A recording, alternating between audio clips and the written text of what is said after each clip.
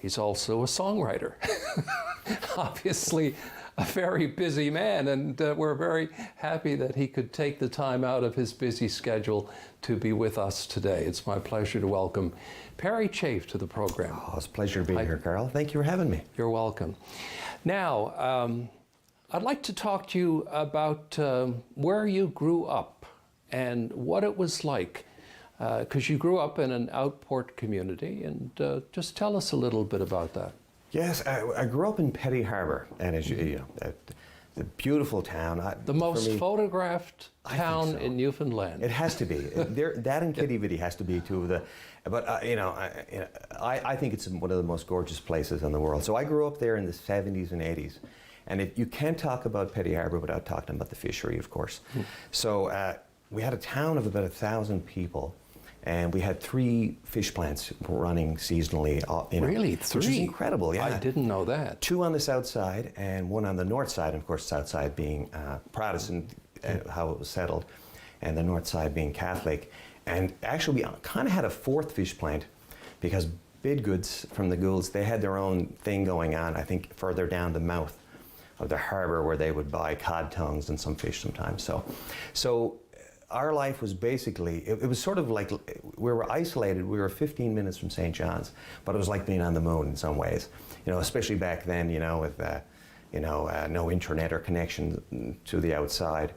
So our world was basically the fish plants during the summer, and even in the winter we'd play ball hockey down there. It was great, and the school and church. And it was a wonderful place to grow up. It really was, not without its issues, there was bullying and all that sort of stuff, but it's a great land of, I think it's one of the land of storytellers, the fishermen and plant workers were such great storytellers, because you sort of had to entertain yourselves back then, and the great tradition of, being Irish and English, which we talked about before, sort of added to that. So it was a wonderful place to grow up. Yeah, it was just great. Now, I know that a great many films have been made in Petty Harbour. As a matter of fact, I think they were just filming there this summer. But I go back to the days of when they were making movies like Orca in Petty Harbour and A Whale for the Killing.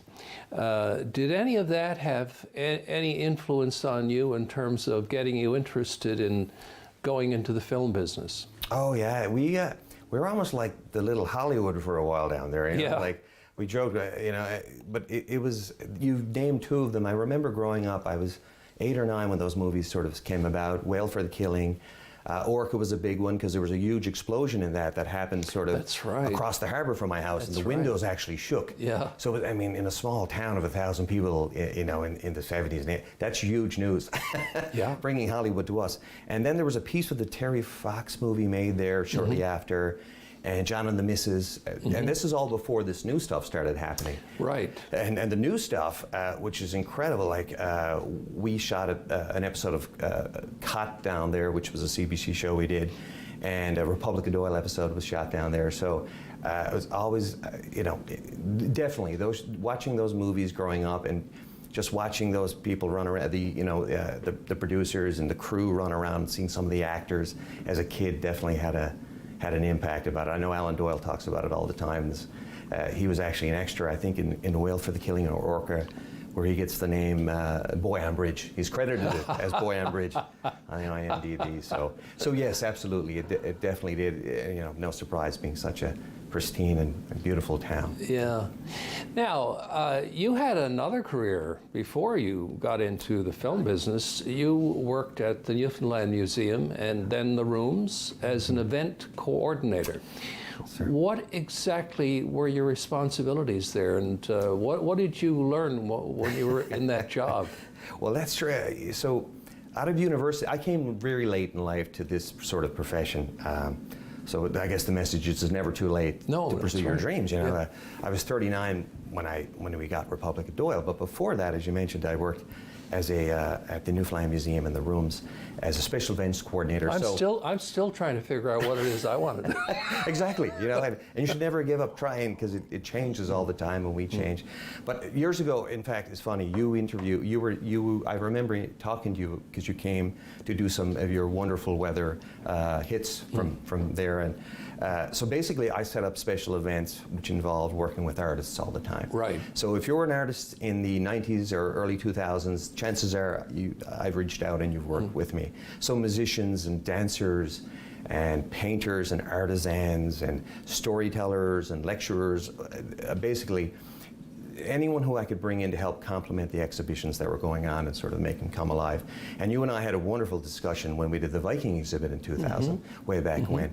And we witnessed, I think went through an exhibit where a Viking faring boat was being constructed. So Yes, I remember that. it was a wonderful exhibit at the Arts and Culture Center, which we toured on the West Coast. I think it was in the Pepsi Center out there as well.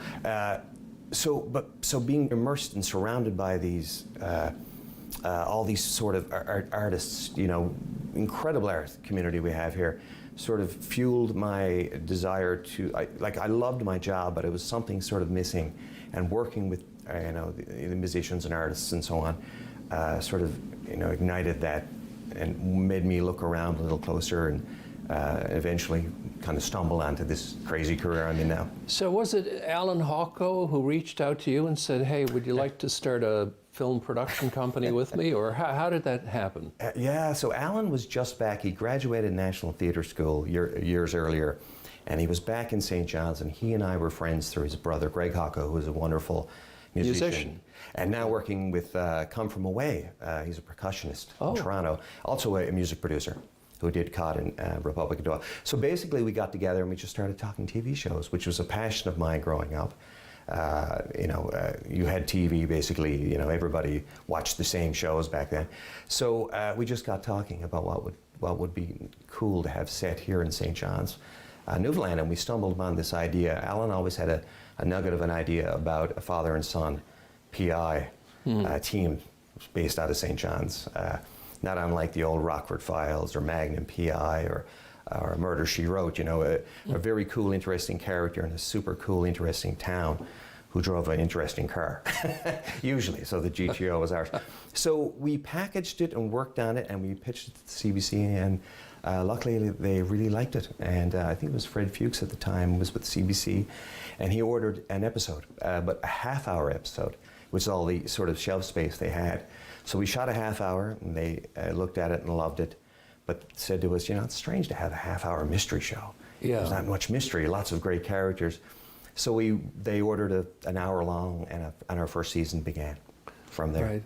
Yeah. The rest is sort of history. And from there we built our company, Take the Shot Productions. So that's sort of the origins of Take the Shot. Started with Republic Doyle and myself and Alan creating the show, and then our partners, John Vatcher and Rob Blackie, came on board, and later Peter Blackie's brother. Yeah. Now, I think most of us have a rough idea of what a producer is, and certainly of what a screenwriter is, but explain showrunner to me. Yeah, it's sort of become more well known in recent years, because showrunners are becoming more well known. People are interested in who are the writers behind this. So a showrunner is the sort of the vision behind the show. They're the keeper of the vision. They have the creative authority to make all the decisions. So usually it's the creator of a show. Well, sometimes, but almost always it's a writer. And basically they're responsible for creating and writing the show. So in a writer's room, you know, making the scripts, making sure, you know, breaking story. And from there, they work with the crew, cast and crew, to create the show, which, you know, we go into prep and we decide where the locations are going to be, the costumes, who the actors we're going to use. So and they're also the liaison between the network and the production company. So they wear many hats, and it can be very grueling but extremely rewarding. But you get to work with all the departments, and you get to work with the networks, the directors, and the cast, of course. So it's sort of all encompassing, but basically they have the vision of the show. Sounds like a lot of headaches. But, It can be. I have a lot of Tylenol. so which shows have you been a showrunner on? Well, it started with Republic of Doyle, and Alan and I sort of shared the duties. Alan started. He had much more experience. I just came from the rooms, as you mentioned, and here I was running a show. So we quickly got up to speed. Alan was the showrunner in the beginning, and then he and I eventually shared co-show running duties, and then in the last couple of years, while Alan was acting, he had 9 other jobs. He was acting, producing, and writing. He focused more on the floor while I sort of ran the writing room, and with the other writers. We had a wonderful team, and broke more story and kept that. The script is so important. It's sort of the engine of the show, and everything comes from there. If it's not in good shape or things... Yeah, if you don't have a good story, you don't have a good show. You're really. lost, basically. Yeah. Everywhere else, everything is so important. The post but the script is really where the engine of the show. So I started there, and then Alan and I moved on to the CBC series Cut, which was based on Lisa Moore's book, a wonderful writer. Yeah. And we adapted that for a season, and he and I co-showran that one as well. So, and then I went on to help Rob and Peter with their show Frontier, starring Jason Momoa, which was wonderful. Now, how did you get Jason Momoa to come to Newfoundland to make a series? It's crazy, hey? So it all starts with the scripts. So I worked with Rob and Pete on that one, and he just fell in love with the scripts. The story, about the fur trade and the Hudson's Bay Company, it's historical fiction, and he just read it. And we managed to get him the scripts through his agents and so on, and he just fell in love with the scripts, and it sort of took off from there. And then once he visited here, he just fell in love, and 3 seasons later, we have this wonderful creative project we did together. So, and it's the same with all of them. Russell Crowe was here for Republic of Doyle, and it all starts with the material. But once they get here, they understand the special nature of this place and the draw. That started back in the 70s and 80s in Petty Harbour. A lot of stuff was being filmed, but then it was sort of a resurgence. And we helped to build on an industry that was already here. But once, they fall in love with the creative side first. Now, I noticed, as a matter of fact, I saw it the other day. I deliberately watched it because I knew you were coming on the show, but it was a feature film that Momoa made here. Oh, yes. Now, were you guys involved in that? No, but it was an opportunity. Sort of indirectly, yes. We did some service production on that, I believe. Right. But it gave him an opportunity. He saw the opportunity while he was here to shoot something, because again, he just absolutely fell in love with the place. Yeah, I think he may have been executive producer on that movie. He was, and he starred in it. And so again, it's just a matter of when he got here, he looked around and said, "This is crazy. I just love this wonderful, well-kept secret." But then it's not really a well-kept secret anymore, because the secret is out. It's funny. And then he was doing Aquaman shortly thereafter, or just before we concluded, I believe, Frontier. And they shot actually some excerpts from Aquaman here. In fact, in Petty Harbour. Wow. So I always like to think Aquaman is from Petty Harbour. That's the origin story. So that's how special Petty Harbour is. Aquaman is from. Talk about Newfoundland as a shooting location. What are the attractions of Newfoundland and Labrador to prospective filmmakers, people who know nothing about this place? What if you were pitching Newfoundland as a place to make a movie? How would you sell it? Oh my God, yeah! All you have to do is look out your window. We were spoiled. Like, all we have to do is look out our window and we get it. But the place offers so much. If you look at our, the landscape and the seaside, we have a bit of everything. So it's just an absolutely pristine, gorgeous place. We have we have the coastline where you can shoot oceans and so on. We have the interior, which can look like something from Game of Thrones. So there's, and it also can span all genres. So they're not just coming here to make comedies or dramas. They're coming here. There's a sci-fi show being shot here and horror has been shot here because it's you could see it with the fog and all. So it's absolutely just sort of a hidden gem that not so hidden anymore, that offers a lot. And then, of course, the other side of that is there's good incentives with tax credits and so on to come here, because the governments here have realized that there's value in bringing production companies here and offering it as as you said, a go-to site to actually shoot something. So the infrastructure is here now, and we have production companies, not just our own, but there's others that were here before us and are here now shooting as we shoot. So, you know, last year I think it was 50 million we had in, from the film business. I think it's going to be over 100 million this year. It's amazing. Incredible growth, and really costing nothing. I mean, that money wouldn't be here only for they're coming here to shoot these shows, because it just helps. It's so cost prohibitive to shoot here without sort of incentives to do so, but the infrastructure is there to do so. And then, of course, the other part of it is just look around. It has it's just an incredible place to shoot. The people are incredible. The production companies are great, first rate.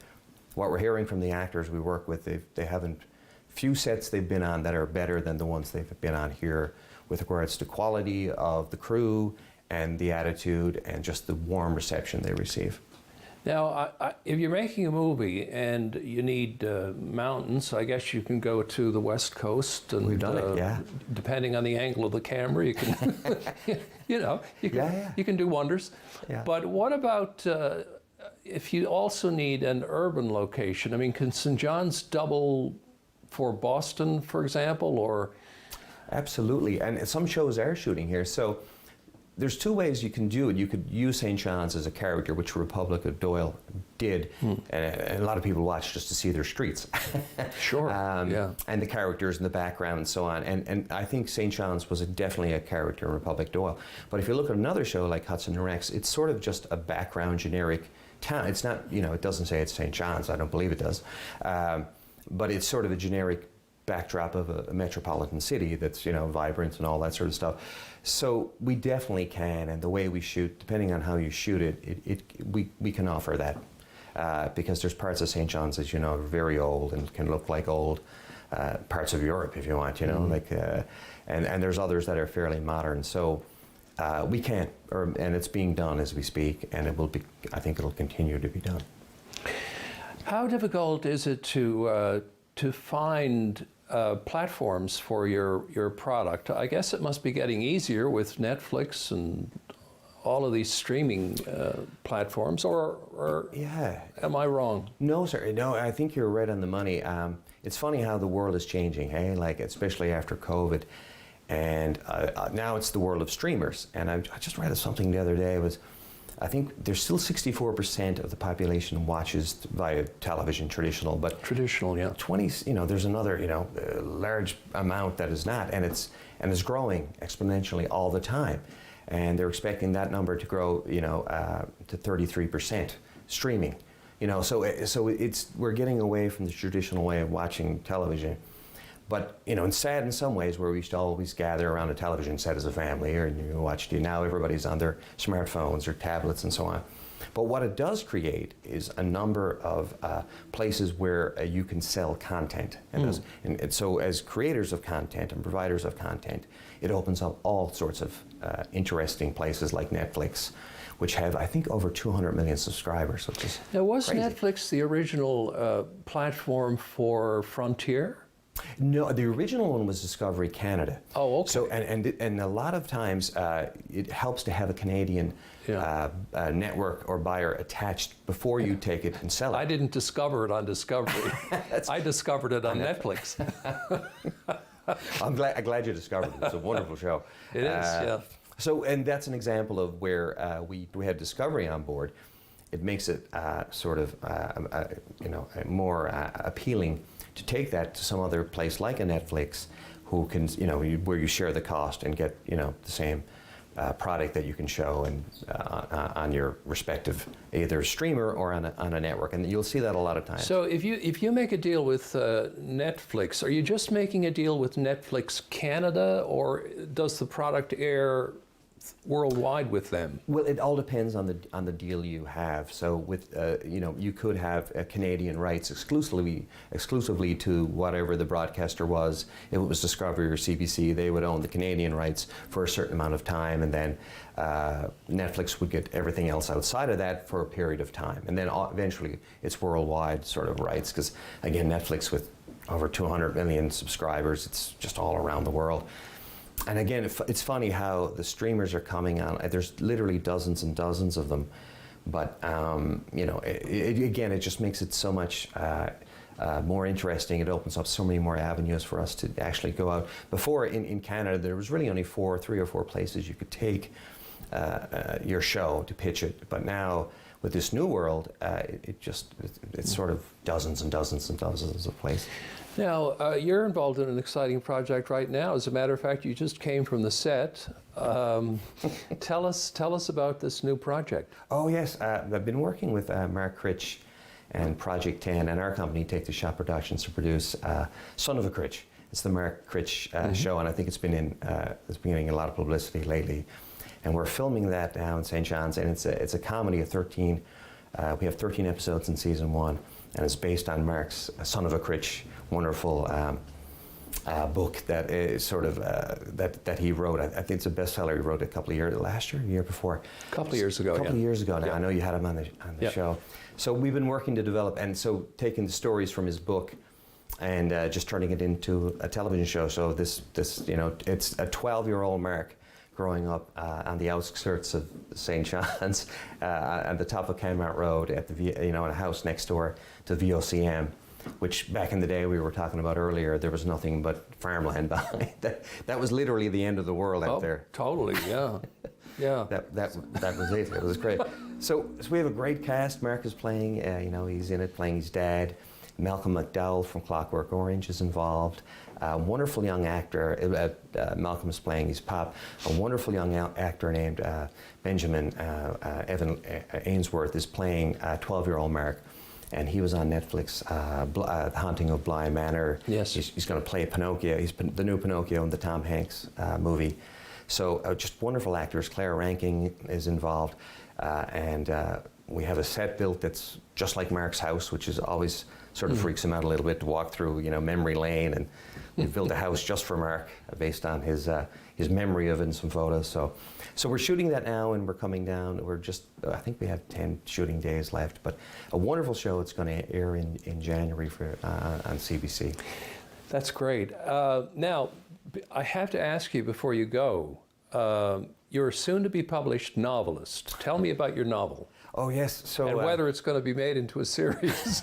It seems the way to go. Hey? It's like, there's a conflict of interest, definitely, isn't it? Yeah. I'm going to make a book so I can turn it into a series. No, I've been fortunate enough to, I had an idea for this book about a young boy who, it's based in 1991, just before the collapse of the fishery, about a boy who's 12 years old, whose father unfortunately dies in a fishing accident. You know, unfortunately, a too familiar story for us in this land, Labrador. Yes. So he's struggling with that at a time. It's in a small community on an island set off of Newfoundland. He's struggling with that, and at a time when one of his closest friends disappears, just as a stranger arrives to the community. So it's sort of a bit of a mystery. It has a little bit of everything. It's sort of a Stranger Things based in Newfoundland. Very excited about it. And I pitched it to Simon & Schuster, just the idea of it, and they really liked it. And so they were going to make a book. And so I'm well into it. I sort of put it on hold to work with Mark on this project, but I'm getting back to it as soon as I can. But and we're hoping to have it published in 2023. That's very exciting. Congratulations. Oh, thank you. Now, I think a lot of people might be surprised to learn that you're also a songwriter. Just will keep going. How did that happen? Well, that was a wonderful. It's been a wonderful transition over. I've always loved music, and I've loved storytelling. It's always been my love. But I've been working with my partner Maureen Ennis, just a wonderful talent. Mm-hmm. I think one of the greatest songwriters the province has ever produced. She's a wonderful musician, mm-hmm. singer of the Ennis sisters, of mm-hmm. course. So we'd naturally, being together, we'd stumble upon the fact that, maybe I can, help you, or maybe we can work on something together. So she's such a remarkable talent and has such a different part of the brain than writing a script or a book or anything else. You have 3 minutes to tell a story. So she and I have been working on some things that have already been done. A Keeping Time album, she and I wrote the song Keeping Time, which was a wedding song for Karen Ennis and Shane Croft, her sister and brother-in-law, for their wedding. It was for the father dance, because it's such a special song about nostalgia, about the old waltzes that used to be. And since then, we've written other songs. We wrote one for Lady Cove, Kelly Walsh, wonderful Kelly Walsh, a song mm-hmm. called Dream On, which deals with sort of depression and it's okay not to be okay, sort of the theme of that one. And for the Canadian Mental Health Association, we wrote a song called Shine Your Light, again with a theme of, if you're feeling down, please have empathy towards others and yourself. So, and we just wrote a number of songs for her. They're going to have at the end. I think there's a new album coming out in the new year. So we just wrote a number of songs for that, including one with Alan Doyle. Alan and I grew up together, so we finally had an opportunity to write a song together, and we wrote a sea shanty with Maureen, which will be on hopefully their new album. An embarrassment of riches. Perry, it's been lovely chatting with you again, and all the best with Son of a Critch and the novel and everything else. Oh, thank you so much, Karl. It's always a pleasure to chat with you. Thank you. And that's it for this edition of Karl Wells' Point to Point. We'll see you again next time.